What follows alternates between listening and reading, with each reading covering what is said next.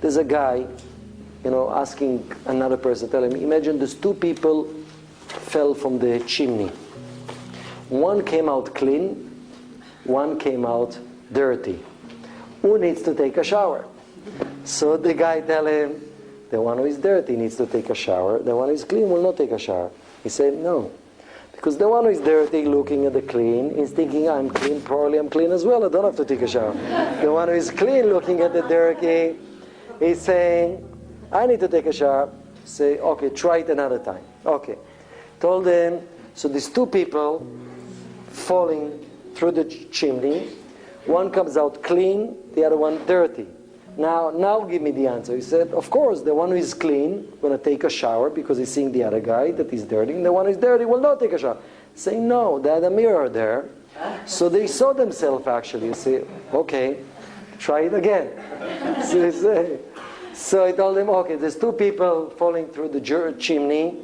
One is clean, one is not clean. Who needs to take a shower? He said, as you said, the one who is dirty needs to take a shower, the one who is clean not. So the guy told him, are you crazy? Have you ever seen a person falling through the chimney ever come out clean? so the idea is, but what's the so what's the moral of the joke really? What's the idea behind it? The idea is any answer can be true. Any answer can be true. Depends how you look at this. There's always two sides. And actually there's something amazing that the Rav spoke about in this portion, connects to this portion, that idol worshipping versus freedom and connections and unity. There's a concept in Telumanimation that called mati and lo mati. Mati lo mati means exist and doesn't exist.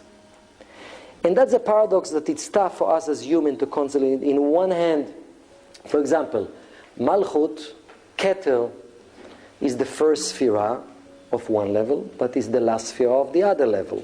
So it is the first, or it is the last. The apple is the Malchut of the tree, but it's also the Keter of the next level.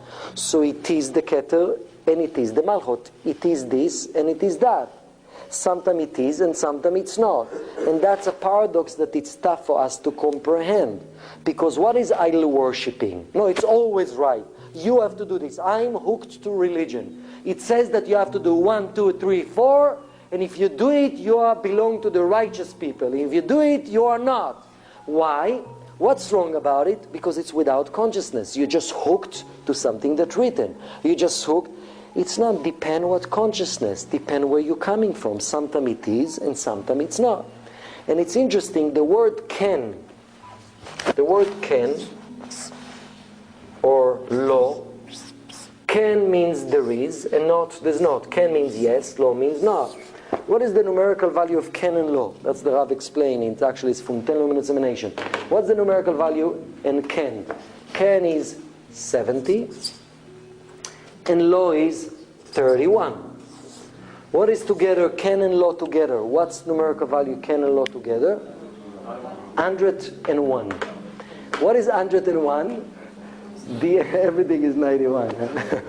No. What is 101? 101 correspond to the angel Michael. Okay. So it's 101, Michael, the angel Michael. What's unique about the angel Michael? The angel Michael is the angel that is the chariot for Sphira of Chesed. What is the Sphira of Chesed? Freedom. What is Chesed? One. Oneness. Totality. That's what Chesed. Connections. Love. No barriers. No disconnects. No idol worshipping. So the whole idea, there's two forces. There's one force called Acher. Acher means different, separated, Acher. There's another force called Echad. A little different. Acher correspond to Elohim Acherim, idol worshipping. The literal translation of Acher is different. The other, or the other side, or different, depend. Echad correspond to one. And the whole purpose of this life is to move ourselves away from the Acher from the other, from the different, and to connect ourselves to the one. And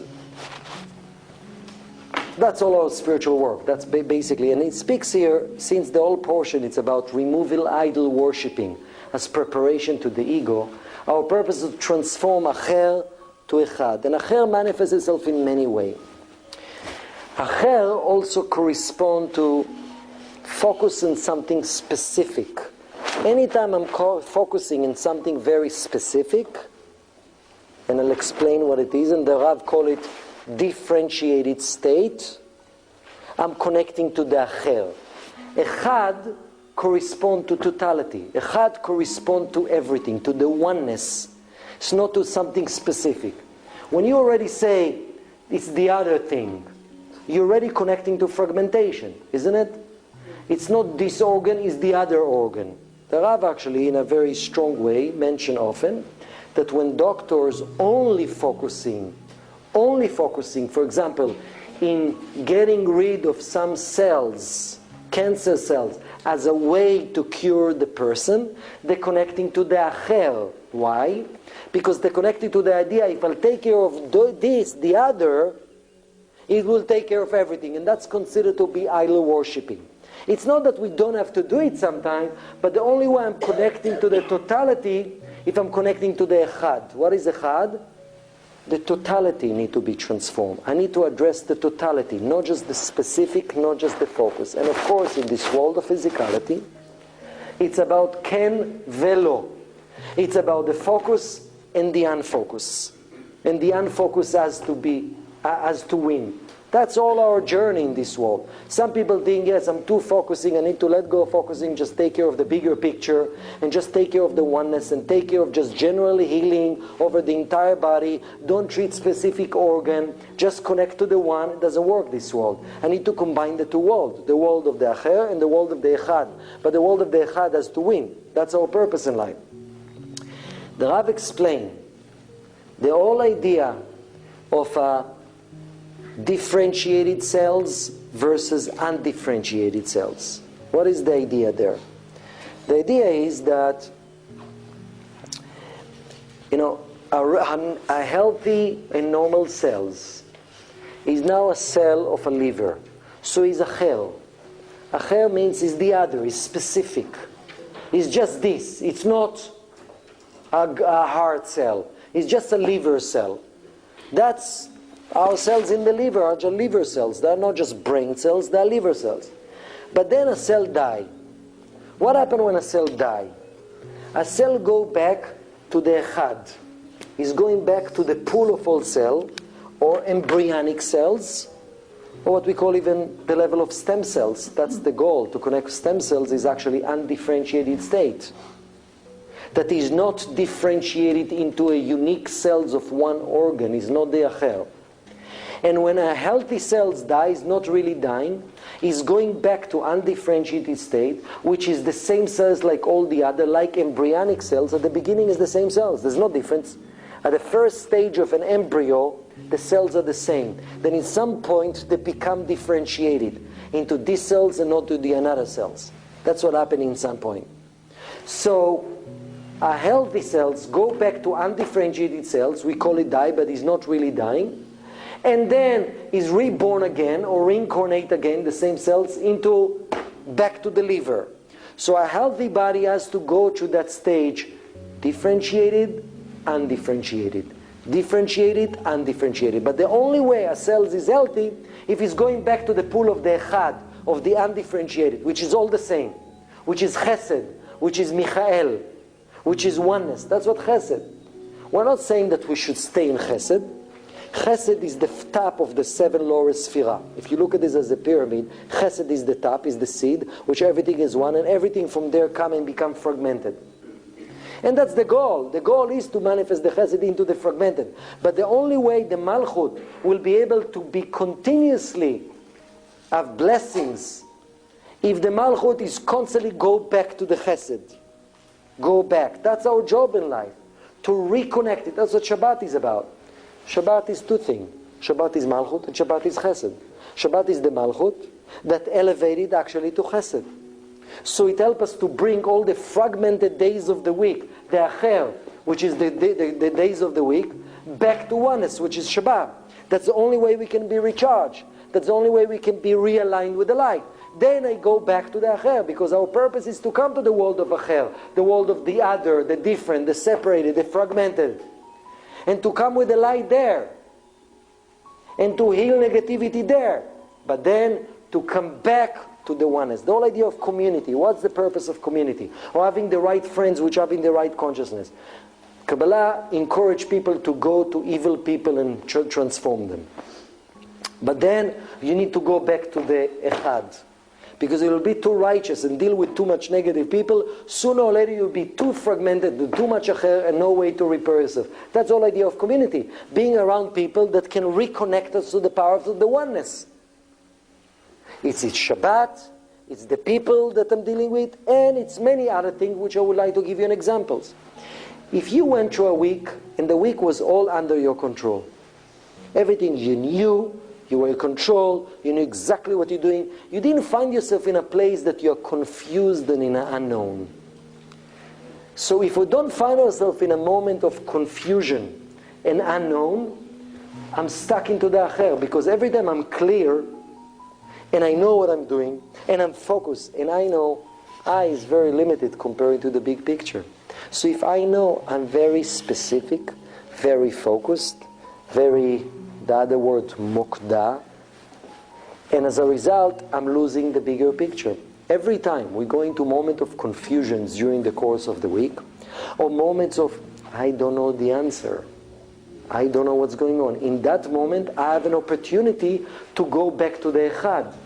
To that, I'm connecting to the universal wisdom that exists within me, which I don't know what it is, but I'm connected. That's what the Rav explained about Passover.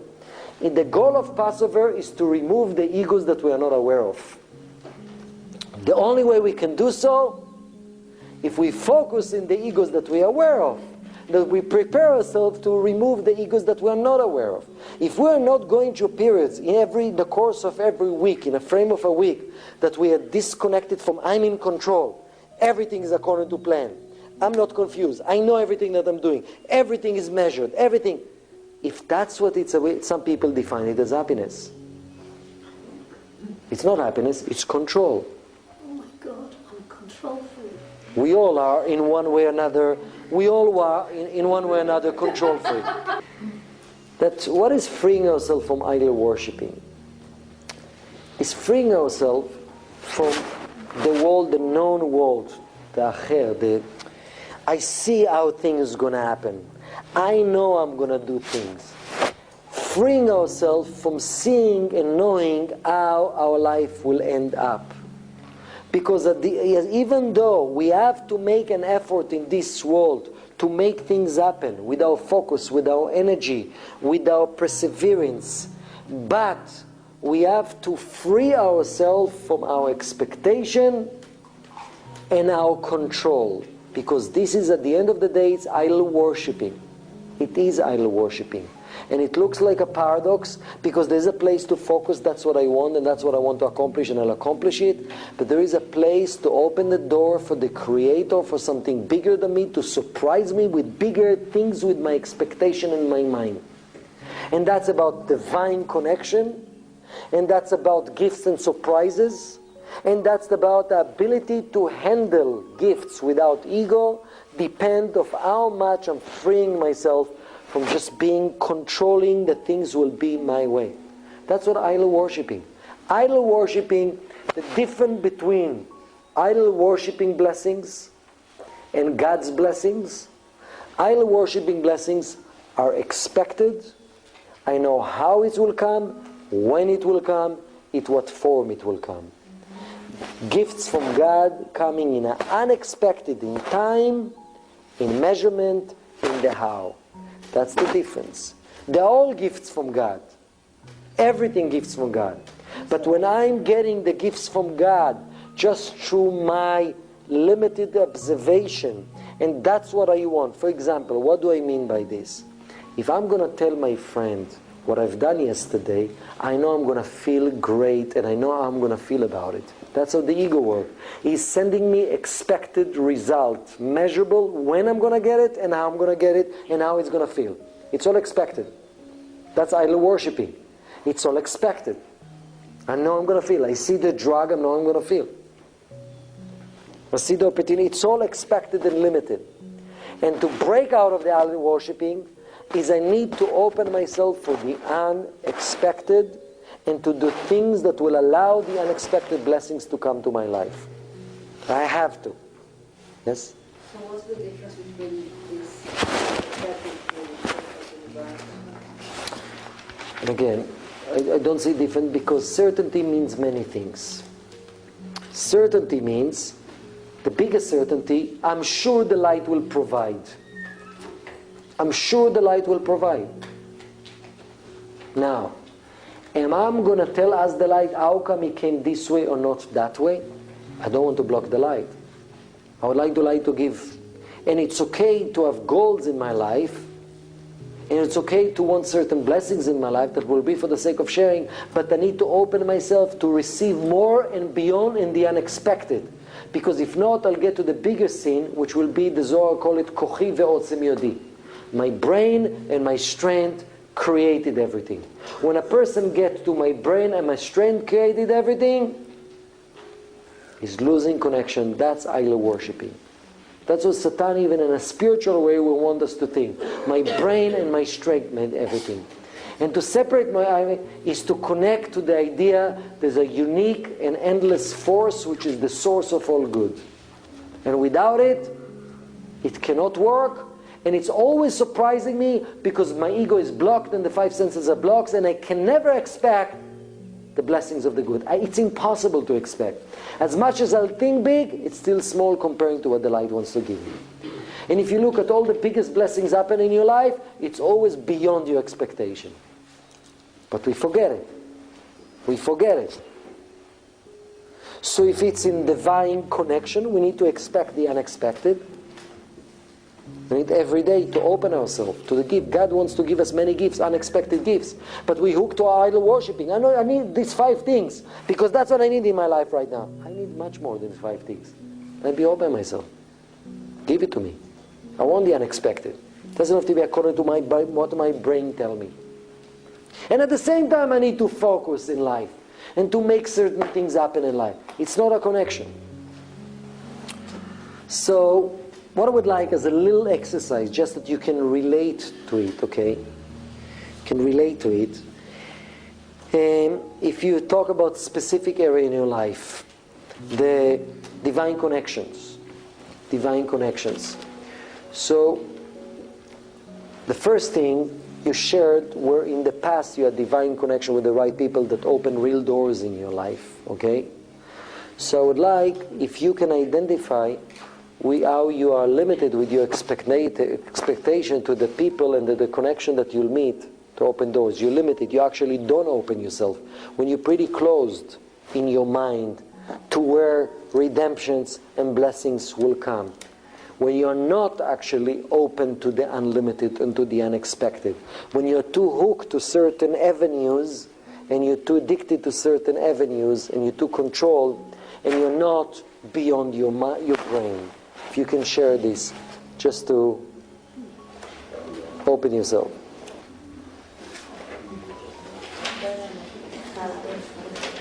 What? Echad and acher. Okay. Means what? What have we learned tonight? Yes and no.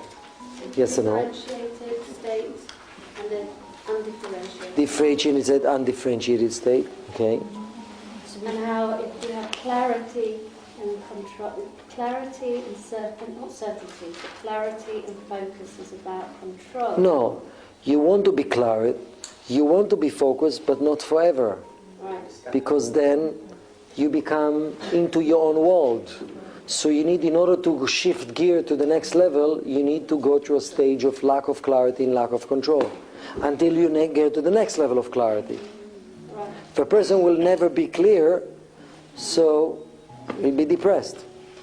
Right. So we need both. It's not consciousness which you're talking, really. This is consciousness. But the consciousness is, It's get the right. to allow myself to be in these two places and not just to hold on. Yeah. There's some people who are only here, they consider to be crazy people. Yeah, that's not the right consciousness. No. So the consciousness of having merging the two, but this one has to be in control. That's the goal. What else we've learned? Necessarily look for the result in a logical fashion. To open our door to the illogical results, because if not, it will become idol worshipping. If I'm too much expecting, if it's divine connection or anything else in my life, there's dangers in it. If I think I am, it's the paradox. In one end, yes, mind is over matter, but there's dangers of believing that I'm the only designer, because I still hook to the ego.